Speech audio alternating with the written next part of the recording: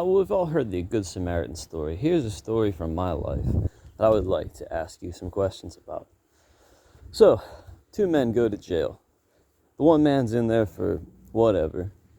He did something wrong, legitimately wrong, and he's there to face the consequences of his actions. The other man came in and he had swallowed a lethal dose of fentanyl in an effort to hide the evidence.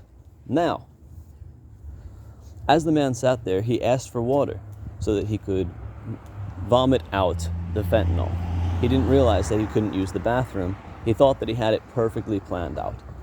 So, the police, basically, what the police do is they ignore the guy, and he dies because he had ingested a lethal amount of poison of his own accord. Now, perhaps that's manslaughter, perhaps that's murder, perhaps that's just stupidity on the part of the person who ingested a lethal amount of a toxic substance.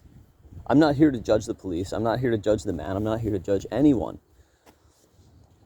So the police come up to the other man, comes up to my friend, and he says, "Hey, you're not going to say anything about this, are you?"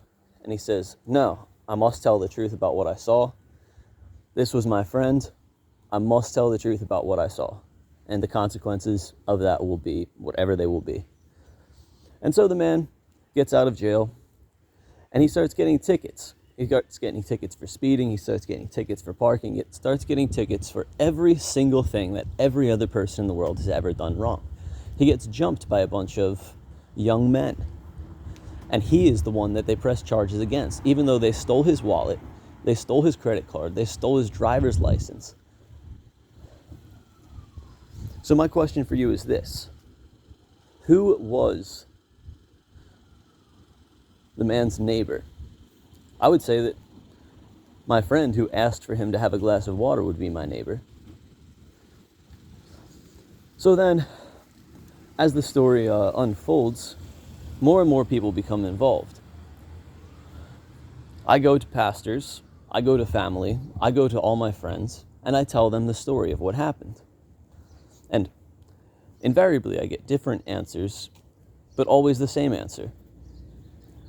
That is not his problem, or that is not your problem, and you must follow the law or face the consequences. Now, who is more of a neighbor? Who is more of a friend? And who is more of a brother?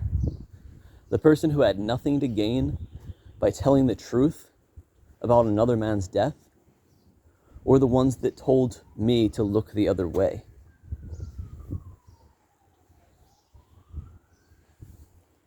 And my question for you is, how can I be a neighbor? How can I be a friend? How can I be a fellow child of God to that man? Just like the Good Samaritan.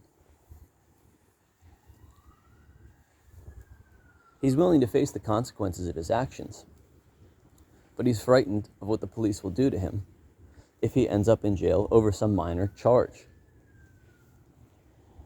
Cruel and unusual punishment. That's something that everyone is protected against.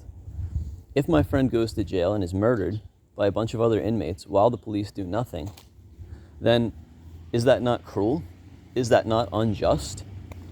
Is he not the responsibility of every single person that works in that prison? Basically, my question for you is, how can you be a neighbor to other people? How can you be a good Samaritan? And where do you draw the line between people that you love, people that you take care of, your own personal responsibilities as a friend, and your own personal responsibilities as a human being before God? In all honesty, who has more respect in the eyes of God? The man who lost everything by telling the truth, or the pastor who said, "I might lose something if I proclaim the truth"?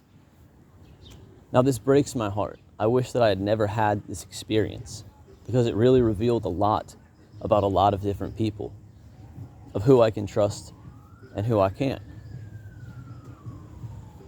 And I think that's enough to think about for now.